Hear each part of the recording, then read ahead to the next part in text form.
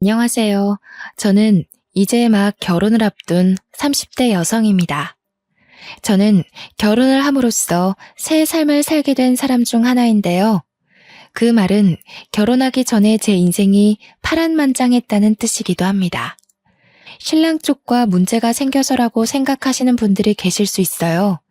그러나 아쉽게도 제 문제는 시댁 쪽이 아닌 친정 쪽에 있네요. 결혼을 앞둔 여성들의 고민을 들어볼 때면 시댁으로부터 겪는 갈등이 주된 이유던데 나쁜 시댁을 만났다면 그 또한 공감이 되는 고민이라 생각합니다. 그러나 저는 말씀드렸다시피 시댁이 아니라 친정이에요. 태어나자마자 성장 과정을 함께한 가족한테서 받는 갈등은 제 평생을 좌지우지할 만큼 큰 문제거리지 않나 싶습니다. 제 인생이야말로 정말 드라마 같다고 얘기할 수 있지 않나 싶어요. 영화 속에서나 만들어낼 법한 시나리오라고 생각했던 일이 제게 실제로 일어났다는 겁니다. 지금부터 들려드릴 제 사연이 전부 거짓 같겠지만 놀랍게도 실화라는 걸 염두하면서 감상해 주시길 바랄게요. 저는 대학에 입학을 했을 당시에도 학교와 집이 가까웠기 때문에 독립을 하지 않았던 사람입니다. 독립의 필요성을 못 느끼기도 했어요. 그래서 저의 가족, 부모님과 친언니와 함께 한 집에 살았죠. 친언니는 저와 5살 차이였는데 남들이 자매라면 되게 많이 싸우겠다고 사이 안 좋지 않냐고 묻는데 맞습니다. 저희 집도 다른 자매들처럼 많이 다투는 사이였어요. 주로 친언니가 저한테 시비를 걸어오는 터라 저도 참지 않고 덤비는 쪽으로 늘 다툼이 발생했죠. 생각해보면 한 번도 친언니와 싸우지 않은 날이 없던 것 같아요. 제 머리가 최대한 기억하는 과거가 유치원 때인데 언뜻 생각하는 그때의 잔상도 저는 항상 친언니한테 늘 미움을 받는 동생이었거든요.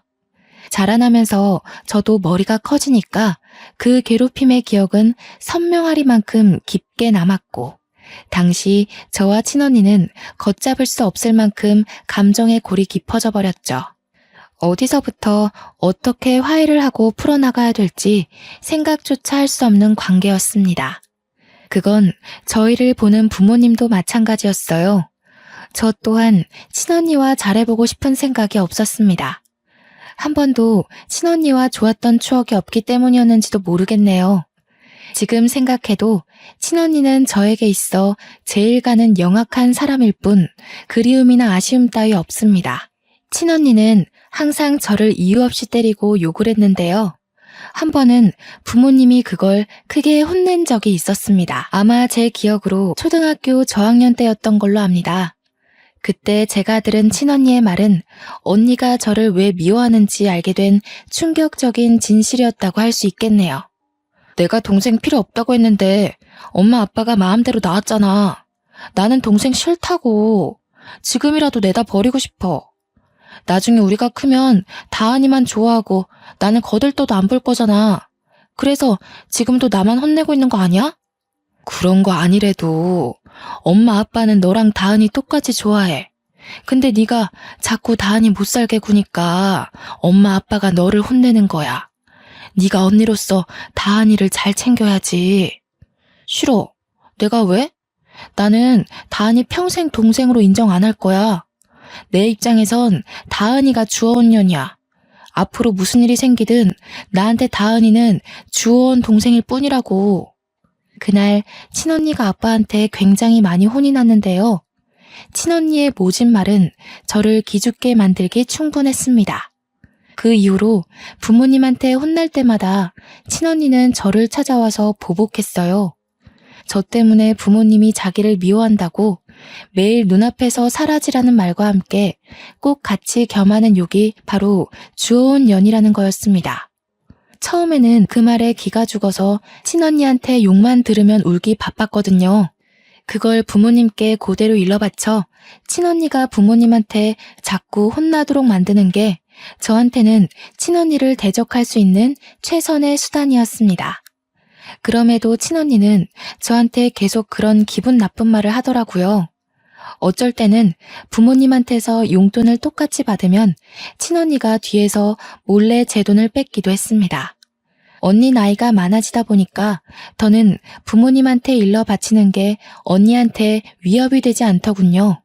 나날이 더 겁 없어지던 친언니는 부모님한테 악까지 지르면서 정말 무슨 짓이라도 벌일 사람처럼 무섭게 변해갔어요. 부모님도 점차 나이가 들어가다 보니까 친언니를 나무라는 방향보다 회유시키는 방법으로 부드럽게 대하려 노력했습니다. 그러나 부모님의 꾸지람이 그치는 건 친언니를 더 날고 뛰게 만드는 길과도 같았는데요. 부모님의 꾸지람이 더 이상 자신을 자극하지 않자 친언니는 대놓고 저를 괴롭히기 시작했어요. 그때마다 부모님은 예전처럼 무섭게 매를 들지 않고 말로만 동생한테 그러지 마 하고 말았죠. 초등학생 때만 해도 언니가 무서워서 나약하게 당하기만 했던 저는 부모님이 저를 포기했다고 생각했어요. 매일 주어원의 소리를 듣는데 나중에는 그 말이 세뇌가 되었는지 부모님이 정말로 저를 사랑하지 않고 언니를 더 좋아한다는 생각이 들더라고요. 그렇게 내내 묻어온 오기와 반항은 사춘기 때 폭발했는데요. 그 시기에 저는 여태 가족들에게 보여줬던 모습과는 조금 달랐을 겁니다. 진짜 주워온 것 같이 생긴 게 누군데? 나는 엄마 아빠랑 닮았는데 언니는 어디 닮은 구석이 있기나 해? 내 친구들은 언니 보고 부모님이랑 하나도 안 닮았다고 그러더라. 언니야말로 주워온 사람 아니냐고 그랬어. 뭐라고? 미쳤어? 네가 뭔데 나한테 그런 말을 해? 넌 나한테 그럴 말할 자격 없어. 너 실수로 만들어진 애인 거 모르지? 주제도 모르고 어디서 까불어? 친언니 말로는 부모님이 친언니 하나만 키우고 아이를 안 가질 생각이었는데 실수로 제가 생기는 바람에 낳았다고 했어요. 당시 그 말에 진심으로 상처를 받았지만 어릴 때처럼 부모님한테 찾아가 따져 묻지 않았습니다. 부모님을 믿었다기보다는 친언니 말에 휘둘리지 않고 싶었던 마음이 더 컸던 것 같아요. 그래서 어쩌라는 식의 대꾸만 하면서 친언니에게 되레 언니한테 배웠던 것처럼 욕만 해댔네요. 그렇게 친언니와 저는 서로 고등학생과 대학생이 될 때까지도 대들며 대판 싸우기를 반복하는 삶을 살았습니다. 저희를 혼내다가 지친 부모님은 우리 둘을 보고 절대 붙어있지 말라고 크게 나무라며 용돈을 끊기도 했어요. 당시 용돈이 한참 필요한 나이였던 저희들은 그 때문에 집에서만큼은 다투지 않게 되었습니다. 그러나 집 밖을 나서는 순간 저희는 집에서 일으키지 못한 분란을 한꺼번에 몰아서 터뜨리곤 했는데요. 한 번은 친언니와 제가 귀가 시간이 겹친 적 있었는데 아니나 다를까 저희는 엘리베이터 안에서 크게 다투고 말았습니다. 그땐 공간이 협소한 탓도 있어서 몸싸움까지 벌였네요. 결국 주민들의 신고로 우리는 경찰과 부모님이 오고 나서야 대항을 멈췄습니다. 경찰까지 등장하게 되자 심각성을 느낀 부모님은 그날 저희를 거실에 앉혀놓고 진지하게 대화 나누는 시간을 가졌어요. 도대체 너희 둘은 왜 이렇게 못 잡아먹어서 안달이니? 엄마 아빠가 하루하루 심장이 떨려서 살 수가 없어. 자매 다툼에 경찰까지 출동하는 게 말이야? 대체 어떻게 하면 안 싸울래? 너희들이 원하는 게 뭐야? 내가 왜 동생도 아닌 애랑 엄마 아빠를 공유해야 되는데? 싫은 건 싫은 거야. 방법 같은 거 없어. 내 눈에서 김다은이 없어지지 않는 이상 계속 이렇게 지낼 거야. 난 이런 주워온 애랑 가족하기 싫거든. 다미야, 너 왜 자꾸 동생한테 그런 소리를 하는 거야? 다은이가 어디 주워온 애라는 거니? 자꾸 그런 못된 소리 하면 너희 둘 다 집에서 완전 쫓아낼 수도 있어. 그러니까 내가 동생 필요 없다고 진작 얘기했었잖아. 차라리 쫓아내. 그럼 김다운도 이 집에서 나가게 되는 거잖아. 난 절대 얘 동생으로 인정할 수 없으니까 엄마 아빠가 얘 버리든 내쫓든 뭐든 해. 김다미, 입 안 다물어? 가족인데 싫고 좋고가 어딨어. 한 지붕 아래 살면서 서로 포용하고 보듬어줘야지. 엄마 아빠가 너한테 못해준 거 있어? 대체 왜 이렇게 못된 생각을 하는 거냐? 꼴도 보기 싫으니까 방에 들어가. 친언니가 저더러 주워내라고 소리치는 건 내내 한결같았는데 그런 소리를 할 때마다 부모님은 날이 갈수록 상상외로 격한 반응을 일으키더라고요. 친언니가 하는 다른 폭언에 대해선 아무 말도 없다가 꼭 주워내라는 말에서만 민감하게 반응하셨어요. 한 번은 아빠가 성인이 된 친언니를 방에 데려가 딱딱한 매로 훈육을 시킨 걸로 알고 있습니다. 언니가 저를 때렸을 때도 그런 훈육은 없었는데 명절 때 친척들 앞에서 언니가 저한테 또 주워내라고 욕하는 바람에 혼났던 걸로 기억해요. 그 이후로 친언니가 아빠한테 과하게 혼났는지 저는 언니와 말 한마디 안 섞는 사이로 변질이 되었습니다. 그렇게 친언니가 대학을 졸업하고 취업을 위해 독립을 한 후에야 저희 집안에 평화가 찾아왔죠. 그 당시 부모님은 제 마음을 많이 들여다봐 주셨어요. 솔직히 저는 매번 친언니만 훈육하고 친언니만 보듬어줘서 저한테는 관심이 없으신 줄 알았거든요. 그런데 친언니가 없으니까 저한테 무한한 사랑을 베풀어 주시더라고요. 담이 말은 신경 쓰지 말거라. 엄마 아빠가 너를 주워왔을 리 없잖니. 혹시라도 언니가 한 말을 내내 담아두고 있다면 엄마가 직접 확인시켜 줄 수도 있어. 엄마 아빠는 너랑 담이랑 정말 똑같이 사랑해. 누구 하나 덜 해주고 잘해주고 그런 적 없어. 그런데 담이가 우리 다은이 태어나는 바람에 서운한 게 많았나 봐. 다은이가 언니 마음 이해해 줄 수 있지? 참, 혹시 담이가 우리 몰래 너한테 뭘 더 얘기한 건 없었니? 그냥 엄마 아빠는 언니를 더 좋아하고 나는 실수로 생긴 애라서 어쩔 수 없이 키우는 거라고 했어. 그래서 나는 엄마 아빠가 당연히 언니를 더 좋아하는 줄 알았는데. 어머나 세상에, 담이가 그런 말까지 했니? 아휴, 여보, 우리 첫째를 어쩌면 좋아. 담이가 왜 그렇게 심술을 부릴까? 우리가 담이한테 얼마나 많은 노력을 했는데. 친언니가 있을 때는 부모님의 심정이 어떤지 솔직히 생각해 볼 겨를조차 없었습니다. 그런데 친언니 없는 집안에서 부모님의 민낯은 그 어느 때보다 허약하고 언니에 대한 두려움을 가지고 있더라고요. 처음엔 친언니의 폭주족 같은 질주 본능이 무서워서 그렇게 친언니 걱정을 하는 건 줄 알았습니다. 저도 언니를 맞서 싸우고 대들긴 했지만 친언니가 무섭긴 했거든요. 그래서 부모님이 언니 걱정하는 걸 저는 그냥 시원찮게 넘겨버렸어요. 또 괜히 저까지 부모님께 걱정을 얹어주고 싶지 않아서 뭐든 더 혼자 해내려고 했었습니다. 그렇게 조용한 가정이 유지되던 어느 날 친언니는 명절 때도 잘 나타나지 않다가 결혼할 남자가 생겼을 때야 얼굴을 비췄는데요. 그때가 제가 대학을 졸업했을 때였어요.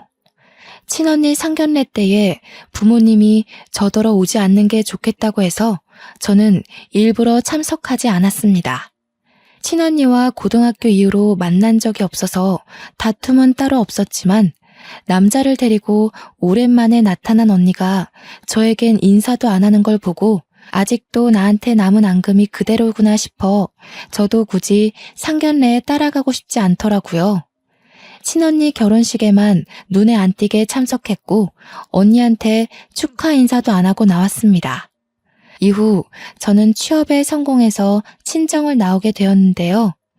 직장 가까운 곳으로 독립을 하기 시작했습니다. 부모님이 친언니가 독립할 때와 달리 저를 알뜰히 살뜰히 챙기는 모습이었어요. 이제 집에 자녀들이 다 빠지고 없으니 적적하셔서 나를 더 걱정하는 건가 싶은 생각만 들었습니다. 저는 부모님이 마음을 조금이나마 놓았으면 해서 독립하고도 하루에 한 번씩 꼭 인사 전화를 했습니다. 얼마나 좋아하시던지 제가 친구들과 논다고 깜빡 전화를 잊었을 때는 꼬박 문자가 와 있었어요. 당연히 제게 무슨 일이 생긴 줄 알고 넣는 걱정 어린 문자였죠. 부모님은 저와 친언니를 낳고 한순간도 두 발 뻗고 못 주무셨을 텐데 독립하고 나서까지 부담을 주기가 싫더라고요. 그래서 저는 친구들 만나는 날엔 약속을 나가기 전 부모님께 일찍 전화를 드리곤 했습니다. 부모님 말 들어보니까 친언니도 종종 부모님께 연락을 하고 있는 것 같더군요. 아마 제가 결혼하지 않는 이상 저는 친언니 볼 일이 영영 없지 않을까 싶네요. 저는 취업한 지 얼마 되지 않아서 그 사이 결혼을 전제로 만나는 남자친구가 생겼습니다. 남자친구한테는 누나 한 명이 있는데 우연히 만났다가 첫인사를 나누게 된 적이 있거든요. 저보다 키도 크고 저와 달리 스타일도 강해서 솔직히 좀 무섭더라고요. 또 저는 친언니에 대한 트라우마가 있어서 저보다 나이 많은 여자에 대해 기본적으로 두려움이 있었습니다.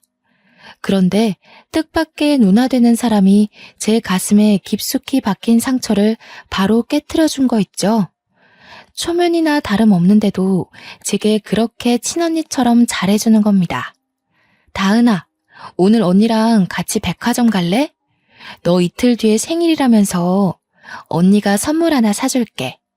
지나가다가 너한테 정말 잘 어울릴 것 같은 신발 하나 봤거든. 영훈이 이 자식은 네 생일을 임박해서야 알려주는 거 있지? 아니에요, 언니. 괜찮아요. 신경 안 써주셔도 돼요.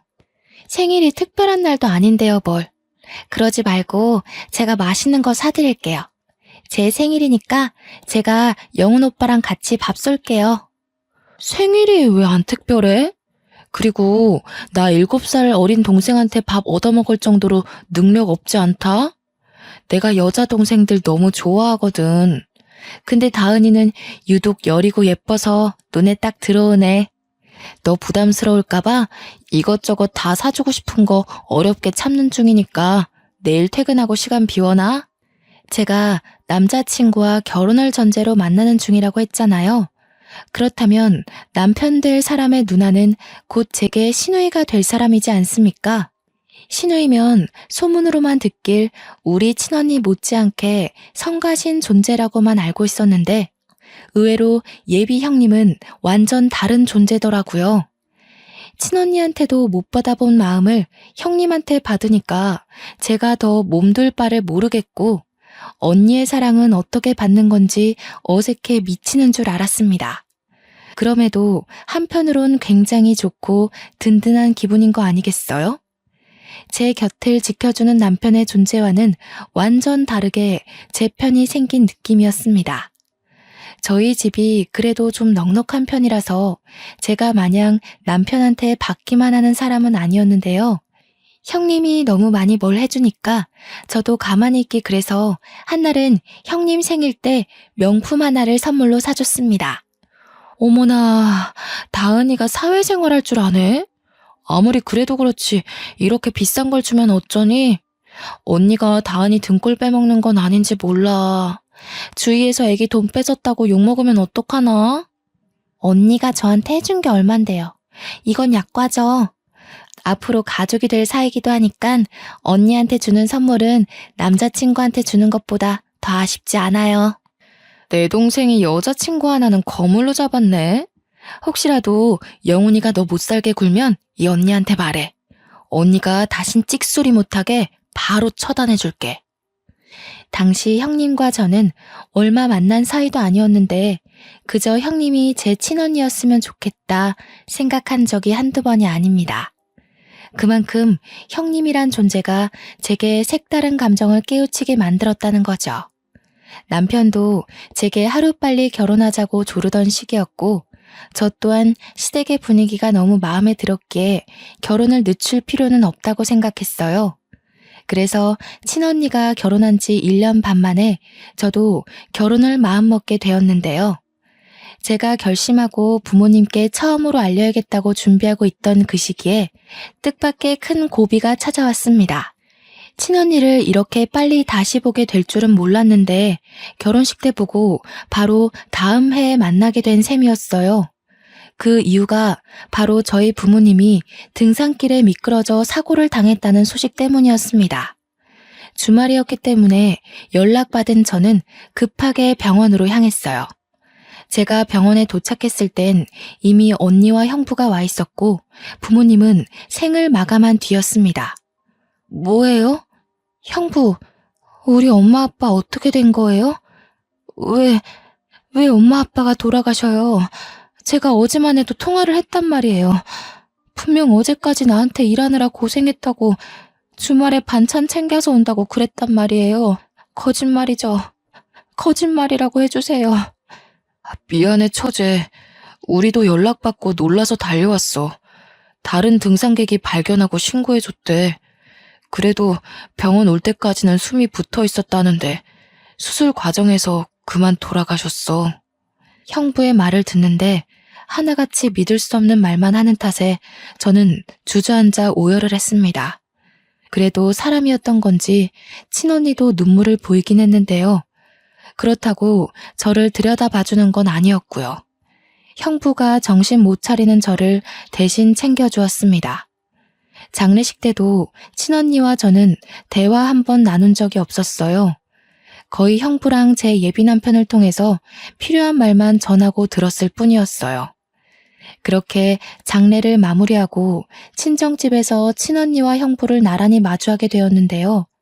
그날 저는 친언니에게 아주 충격적인 말을 듣게 됩니다. 우리 부모님 재산이 왜 피 한 방울 안 섞인 너한테 가야 하는데? 이제 엄마 아빠 없으니까 알려주는 건데 너 우리 식구 아니야. 입양아야. 뭐라고? 뜬금없이 그게 무슨 말이야. 엄마 아빠는 그런 말 없었는데.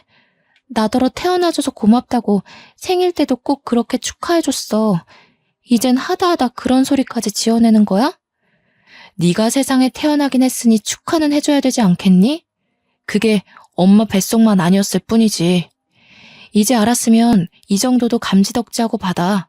그리곤 다신 얼굴 마주하는 일 없도록 하자. 가족도 아니고 엄마 아빠도 없는데 얼굴 보는 거 더 이상 껄끄럽잖아? 친언니는 제게 어떤 종이 한 장과 돈봉투를 내던졌습니다. 두툼한 돈봉투보다 종이 한 장만이 제 눈을 의심케 했죠. 그건 다름 아닌 제 이름 앞으로 된 입양사실 확인서였습니다. 30여 년 가까이 이 사실을 모르고 있다가 부모님이 돌아가시고 나서 알게 된 저의 실체인 셈이었죠. 너무 충격이라서 그 확인서만 뚫어져라 보면서 아무 말도 못하고 있는데 친언니가 마지막 말로 제게 쐐기를 박더라고요. 엄마 아빠도 널 가여워해서 그만큼 키워놓은 거야. 근데 사람이라는 게 참 그렇다? 피 안 섞인 자식을 아무리 내 새끼라고 키웠다 해도 재산까진 물려주고 싶지 않은 게 부모의 진짜 진심이거든. 그래서 이미 나한테 상속하겠다고 위임장을 써놨더라고. 그러니까 내가 지금 너한테 준 돈은 온전히 내가 쓰는 선심이라는 거야. 감사하게 생각하고 네 돈 아닌 것에는 괜히 눈독 들이지 마. 그렇게 친언니는 그대로 집을 나가버렸습니다. 형부는 쭈뼛거리면서 일어나며 저한테 미안하다고 위로를 해줬는데 전혀 들리지 않았어요. 제가 입양하라는 사실이 그저 충격이라 아무런 행동도 취할 수가 없었죠. 그렇게 저는 며칠을 친정집에 고립되어 있었습니다. 남편도 형님도 그 누구의 연락도 받지 않고 울기만 했어요. 이미 하늘로 가버린 부모님께 원망하는 것 말고는 아무것도 할 수가 없어서 더없이 속앓이만 했네요. 엄마 아빠는 왜 그랬을까요? 왜 저한테 말해주지 않았을까요? 왜 내가 입양이 된 건지, 그럼 내가 버려진 아이라는 건지, 그렇다면 내 친모는 누구인지 저는 아무것도 알 수가 없었습니다. 나이가 30이나 되었다는 걸 잊어버리고서 다시 아이로 돌아간 것처럼 울었어요. 기진맥진으로 몇 주를 흘려보내고 친정집 빼고는 전 재산이 언니한테로 갔다고 문자만 받았습니다. 저한테 남은 거라곤 부모님과 살던 이 집과 친언니가 던져주고 간 5천만 원의 돈뭉치뿐이었죠. 그럼에도 그딴 돈 사정은 제 신경을 자극하는 거리가 못 되었습니다. 그보다 저를 여전히 휘어잡고 있던 문제는 거실에 덩그러니 놓여있는 입양사실 확인서였어요. 거기는 보육원 이름과 주소가 적혀 있었거든요. 제가 마음을 다잡고 집 밖을 나가게 만들어준 것이 바로 이것 때문이었습니다. 보육원의 존재를 찾기 위해 저는 집구석에만 박혀 있을 수가 없었어요. 그렇게 찾아간 보육원에선 아이들 소리가 가득했는데요. 제가 저 아이들과 같은 처지였다는 사실에 기분이 오묘했습니다. 저는 단 한 번도 부모가 없다는 생각을 해본 적이 없는 사람이잖아요. 부모가 있는데 부모가 없는 애라고 하니까 도무지 받아들여지지 않는 거 있죠. 저는 저를 반겨주는 그곳 원장님을 만나서 들고 있던 확인서를 보여드렸습니다. 제가 여기서 입양되었다고 들었어요. 혹시 친모도 알 수 있을까요? 만나려는 게 아니라 어떤 분인지만 알고 싶어서요. 이런 곳이 처음이라서 이런 부탁을 하는 게 실례는 아닐까 걱정했지만 원장님은 흔쾌히 허락해 주셨습니다. 커피 한잔 하면서 잠시만 기다리고 있으라던 원장님은 컴퓨터 자리로 돌아가 기록을 확인했습니다. 종이와 화면을 번갈아 보면서 몇 번이나 고개를 기울였는데 저는 그 모습을 바라보기만 할 뿐 영문을 모르고 기다리기만 했죠. 금방이면 된다는 원장님은 근 10분간 혼자 고뇌를 하다가 찝찝한 표정으로 제게 돌아왔습니다.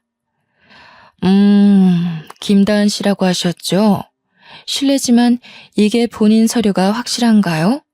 어디 다른 종이와 헷갈려서 가져오신 건 아니고요? 아니요, 제 거 맞습니다. 부모님께서 가지고 계셨던 걸 들고 온 거예요. 왜 그러시는데요? 뭐가 잘못됐나요? 자꾸 신뢰되는 질문을 하는 것 같네요. 저희 전산에 기록된 정보랑은 이름이 달라서요. 본인께 확실하다면 혹시 개명하셨나요? 저희 쪽에는 이 확인서 정보가 김다은 양이 아니라 김다미 양으로 원화 등록이 되어 있거든요. 부모님을 여의고 그것조차 제대로 추스리지 못한 제게 원장님의 말은 또 한 번의 충격이었습니다. 당시 그게 정말이냐고 원장님한테 몇 번이나 되물었던 기억이 나네요. 원장님은 곧바로 새 확인서와 원화 등록 정보를 함께 뽑아서 제게 가져다 줬는데요. 원화 등록 정보에 있는 어린아이의 사진은 제가 알고 있는 우리 친언니의 얼굴이었습니다. 온몸에 소름이 쫙 돋으면서 도대체 이게 어떻게 된 일인가 한참을 생각했어요. 원장님께서 혹시 누가 위조를 한 게 아니냐고 묻는 순간 저는 그 말에 친언니가 사기를 쳤다는 사실을 뒤늦게 깨달았습니다. 저는 원장님께 양해를 구하고 새 확인서와 원화 정보를 들고서 언니를 찾기 위해 전화를 걸려고 했습니다. 그런데 마침 남편한테 전화가 오더라고요. 제가 연락 없는 동안 가장 많이 걱정하고 시름시름 앓았던 사람일 겁니다. 그동안 아무것도 하기 싫은 마음에 걱정해주는 사람 생각도 못하고 남편 연락을 피했거든요. 저는 미안한 마음을 안고 전화를 받았습니다. 미안해 오빠. 내가 엄청난 사실을 알아버려서 한동안 아무 생각도 하고 싶지 않았어. 그래도 나 걱정해주는 오빠 생각해서 그러면 안 되는 거였는데 정말 미안해. 아니야. 무사하면 됐어. 나는 또 네가 부모님 그렇게 되고 극단적인 생각이라도 했을까봐 얼마나 마음 졸였다고. 목소리 들었으니까 됐어. 그래서 지금은 어딘데? 다은이니? 전화 받았어? 이리 줘봐. 다은아, 너 도대체 어떻게 된 거야? 언니가 얼마나 걱정한 줄 알아? 괜찮은 거 맞지? 너 지금 어디야? 언니한테도 정말 미안해요. 저 지금 친언니한테 가요. 이걸 모른 척 넘어가기엔 돌아가신 엄마 아빠가 너무 불쌍하잖아요. 남편과 형님은 저와 친언니 관계를 어느 정도 알고 있었습니다. 특히 제가 형님한테 제 친언니였으면 좋겠다고 하면서 직접 친언니와 많이 비교했기 때문에 형님은 친언니가 저를 얼마나 괴롭혔는지 아주 잘 아는 사람이었어요. 그래서 저더러 그 여시한테 왜 가냐고 성질을 그렇게 내더라고요. 혼자 거길 갔다가 무슨 꼴을 당하려고. 그 여자 성깔이 아주 괴팍하던데. 너 기다려. 혼자선 안 돼. 언니가 같이 가줄 테니까 집에서 딱 기다리고 있어. 제가 부모님 돌아가시고 연락이 끊겼던 이유를 설명했을 때만 해도 가슴을 쓸어내리며 무사한 것만으로도 감사하다고 말하던 둘은 친언니 얘기에서 불같이 행동했습니다. 이미 저와 통화를 하면서 집을 나서는 소리가 들리더라고요. 솔직히 혼자 가기 무서웠는데 둘의 도움을 받으니까 용기가 더 생기는 거 있죠? 저는 그렇게 친언니 집에 찾아가는 데 성공했습니다. 그것도 친언니가 아닌 형부한테 전화해서 알아낸 주소였어요. 제가 모든 사실을 알게 된 사정을 얘기하니까 형부가 난감해하면서 결국 주소를 알려준 거였습니다. 찾아간 친언니의 신혼집은 부모님 재산 덕을 봤는지 부자 동네에 자리하고 있는 주택이더라고요. 문도 형부가 열어줬던 터라 친언니는 아예 영문을 모르고 있었나 봅니다. 잠옷바람인 채로 저를 보자마자 당황하더니 금세 역정을 내더군요. 너 뭐야? 네가 여기가 어디라고 찾아와? 내가 다신 내 눈앞에 거슬리지 말랬지.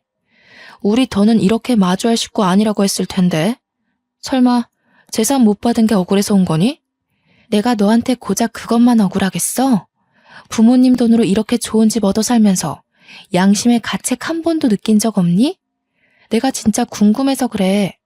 너 양심은 있긴 해? 지금 너라고 했어? 내가 너보다 5살은 많아. 건방진 게 감히 예의도 모르고. 여보, 당신이 문 열어줬어? 미친 거야? 내가 전현 찾아오면 상종도 하지 말고 경찰에 신고하랬잖아. 다은이가 다 알고 왔대. 내가 이럴 줄 알았어. 그러니까 솔직하게 밝히자고 했지. 작은 일도 아니고 어떻게 손바닥으로 하늘을 가리겠어. 형부는 이미 자포자기 상태였고 친언니는 그런 형부를 밀치며 무작정 저한테 다가오더니 제 어깨를 확 밀어버렸습니다. 뒤로 넘어지려는 걸 남편이 붙잡아주는 덕에 다치진 않았네요. 그때 저 대신 나서서 친언니를 사정없이 밀어버린 사람은 다름 아닌 형님이었습니다. 이 우라질년이 어디에 그 더러운 손을 대? 네가 그동안 우리 다은이 괴롭힌 주원년이니? 어쩜 생긴 것도 사돈 어른이랑 이렇게 딴판인지 몰라. 사돈 어른 사진만 봐도 우리 다은이가 아니라 너 같은 게 주원 자식이라는 거 세상 사람들이 다 알겠더라. 친언니보다 형님이 2살은 더 많았는데 형님도 친언니 못지않게 한 성깔 한다고 남편으로부터 듣기만 했거든요. 당연히 저는 그런 무서운 형님의 모습을 아직 본 적은 없습니다. 제겐 늘 다정하고 털털하기만 한 사람이었으니까요. 뭐야 이 여자는? 김다은, 아주 꼴값을 떤다. 왜? 혼자로 안 될 것 같으니까 지원군이라도 끼고 온 거니? 네가 여기서 뭘 더 할 수 있을 것 같은데? 안간힘을 써봤자 결국 네가 얻을 수 있는 건 아무것도 없어. 어처구니가 없네. 태생부터 거짓투성이라 그런지 생각하는 꼬락서니 마저 저렴하기 짝이 없구나. 너 같은 것들 때문에 착하고 선한 아이들이 고아라는 이유로 오해를 받는 거야. 뭐라고? 아까부터 이 여자는 누군데 남의 일에 끼어들어서 간섭이야. 김다은이 돈 주고 깽판 좀 쳐달라 부탁하던가요? 할 일 없으세요? 그래, 나 할 일이 너무 없어서 내 동생 지키는데 아주 혈안이 된 사람이다. 누가 우리 착한 다은이 피 빨아먹고 있다는 소문을 들었거든. 사기꾼 한 명 끌어내려고 냉큼 쫓아왔어. 형님이랑 친언니가 서로 덤비며 싸우려는 걸 형부와 남편이 말리느라 집안이 순식간에 난장판이 되었습니다. 그때 저는 친언니에게 다가가 제가 알고 있는 모든 사실을 밝히며 따져들었죠. 내가 입양하라고? 드라마 너무 많이 본 거 아니야? 요즘 세상에 그딴 거짓말을 하고도 언니가 무사할 것 같았어? 언제까지 숨길 수 있을 거라 생각했는데 형부가 미리 언지를 주지도 않았는지 친언니가 제 고백에 살짝 당황하더라고요. 그러나 그도 잠시 곧장 발뺌하며 오히려 적반하장식으로 나오길래 저는 가방에서 꺼낸 서류를 친언니 얼굴에 던져버렸습니다. 이래서 나를 그렇게 괴롭혔니? 뭐가 그렇게 셈이 나서? 너 도대체 뭐하는 인간이니? 우리 부모님 관심이 목적이었던 거야? 아니면 재산이 목적이었던 거야? 네가 이런 짓을 벌이고도 과연 하늘에 계신 부모님께서 곱게 눈 감아줄까? 그래서 네가 사실을 다 알았다고 해도 달라지는 건 없어. 이미 부모님은 나를 자식으로 인정했고 재산도 나한테 다 상속했잖아. 너야말로 이 재산이 탐나서 다 파헤치고 행패 부리는 거 아니야? 경찰 부르기 전에 당장 꺼져. 그래, 경찰 불러. 나도 네가 사기치고 부모님 재산 빼돌린 거랑 이 서류 조작해서 일 꾸민 거랑 싹 다 고발할 거야. 경찰 불러 당장. 싸우더라도 매번 동생이라는 이유로 지기만 했던 제가 경찰을 직접 부르는 솔선수범을 보이자 친언니가 크게 멈칫하는 겁니다. 그리곤 바로 형부를 뿌리치고 저를 덮쳤어요. 그대로 제 머리채를 잡는 친언니를 떼어놓느라 온 사람들이 우리를 애워싸기도 했습니다. 한바탕 소동이 일어난 사이 신고가 들어갔던 경찰이 찾아왔고 저와 언니는 나란히 경찰서를 가게 되었죠. 다른 식구들도 자차를 몰고 금방 뒤따라왔습니다. 거기서 저와 언니가 각자의 사정을 다 고백했는데 끝까지 자기가 친자식이라 주장하는 친언니 때문에 당장 해결이 안 되지 뭡니까? 제가 확인서도 다 보여줬고 원장님한테 전화를 걸어 확인까지 시켜줬는데 친언니가 너무 강하게 고집을 피우다 보니까 경찰도 제 의견의 신빙성이 더 필요하다고 느꼈나 봅니다. 경찰이 한참 곤란해하고 있는 그때 지켜만 보던 형부가 자처하여 제 입장에 힘을 실어줬는데요. 제가 말씀드릴게요. 더는 제 와이프가 망가지는 꼴을 못 보겠네요. 처제 말이 다 맞습니다. 필요하시다면 와이프가 여태 처제 속이려고 진행했던 재산 과정에 대해서도 증언할게요. 여보 미쳤어? 무슨 소리야? 도와줄 거 아니면 가만히 있던가. 우리 재산 몰수당하면 당신도 빈털털이 되는 거 몰라? 아무것도 모르면 가서 앉아있어. 결국 형부는 친언니를 외면하고 다른 자리에서 친언니의 실체에 대해 증언을 하였고 형부의 증언이 크게 작용하여 친언니는 그 자리에서 바로 구속이 되었습니다. 구속 수사를 하고 보니 친언니가 재산 상속 위임장에 부모님 도장까지 훔쳐서 직접 작성했다고 하는 거 아니겠습니까? 듣고서 기가 막혀 죽는 줄 알았습니다. 도대체 얼마나 배짱이 커야 이런 엄청난 일을 과감하게 저지를 수 있는 걸까요? 경찰 말로는 상속 재산 처분은 쉽게 해결하기 어려운 부분이라서 보통은 가족끼리 의논하여 합의를 본다고 합니다. 하지만 저는 여태 친언니에게 당해온 악질을 용서할 수 없었고 위임장까지 위조하면서 돌아가신 부모님을 능욕한 것 또한 절대 그냥 넘길 수 없다고 생각했어요. 저는 한치의 고민도 없이 친언니를 고소했습니다. 빚을 내서라도 변호사를 선임해 끝내 저희 부모님의 재산을 모조리 몰수해왔죠. 벌금을 낼 돈이 없던 친언니는 그대로 5년 이하의 징역을 살게 되었다고 들었습니다. 그 전에 형부와는 합의 이혼을 진행한 걸로 알고 있고요.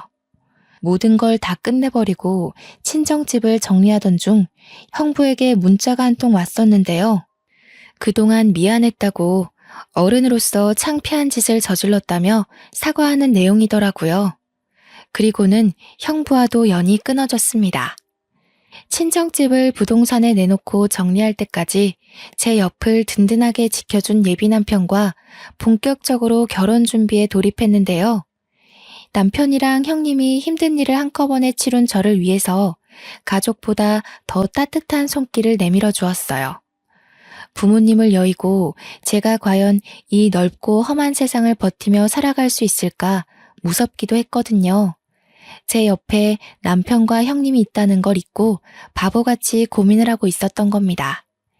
시댁 식구는 저에게 무엇보다 감사한 새 울타리가 되어주었습니다. 결혼을 하고 시댁으로 합가를 하여 신혼을 시작했는데 시댁에 직접 들어가 살다 보니까 남편과 형님의 훌륭한 인품이 시부모님을 그대로 빼닮았다는 게 느껴지더라고요. 시부모님께서도 저의 사정을 아시고 얼마나 딸처럼 아껴주는지 모릅니다.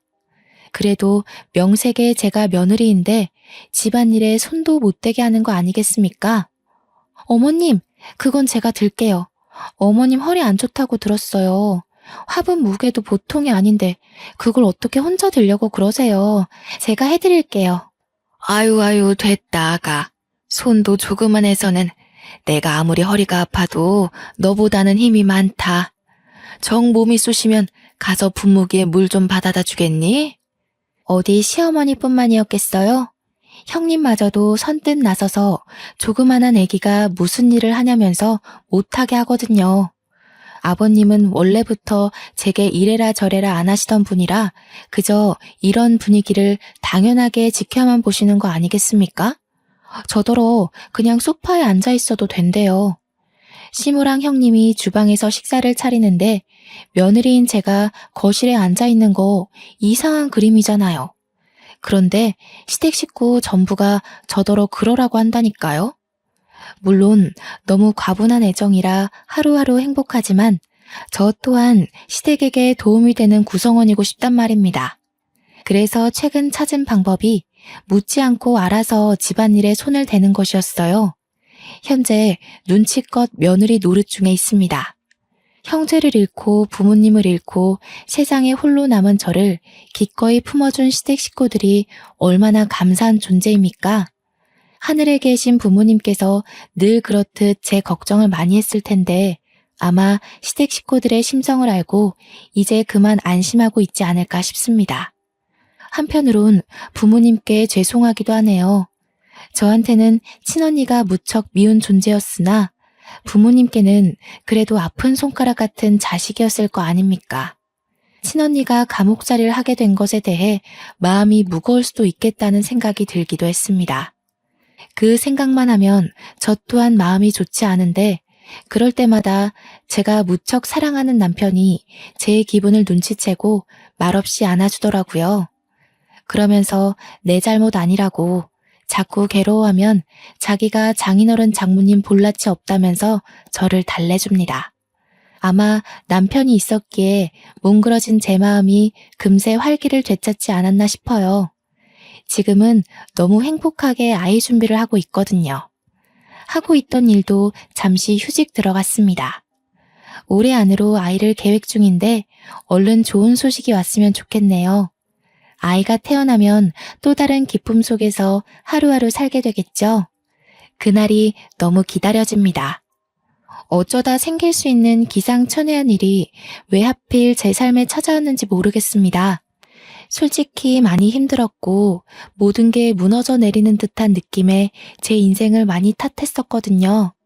그러나 긴 인생살이에 추운 겨울만 있는 건 아니라고 겨울이 끝나면 반드시 다가올 봄날이 있다는 걸 깜빡 잊고 있었습니다. 그간의 겨울이 너무 춥고 길었던 탓이겠죠. 그래도 이제는 인생에 봄, 여름, 가을, 겨울이 있다는 걸 알아버려서 춥고 싫은 겨울을 또다시 마주하게 될 거라는 각오를 당연하게 생각하고 있습니다. 겨울이 당연하다면 봄이 오는 것 또한 당연지사가 아니겠어요? 그러니까 모두들 내 인생의 겨울이 길고 막막하게 느껴질지라도 그만큼 따스한 봄날에 차츰 다가가고 있다는 사실을 꼭 기억하셨으면 좋겠습니다. 이 세상에 풍파만 가득한 삶은 없거든요. 하고 싶은 말이 많아서 이 글을 과연 하루 안에 끝마칠 수 있을까 걱정했는데 나름 글을 잘 정리했더니 마지막 인사까지 적당한 분량으로 마칠 수 있을 것 같습니다. 사연을 작성하는 동안 또다시 떠올린 과거는 아직도 마음이 아릴 만큼 선명한 아픔이지만 이 기회가 저한텐 너무 뜻깊은 시간이었어요. 앞으로 저는 강한 엄마가 되기 위해 계속해서 이 상처를 극복해 나갈 것입니다. 우리 모두 굳센 사람이 됩시다. 지금까지 제 이야기 들어주셔서 너무 감사드립니다.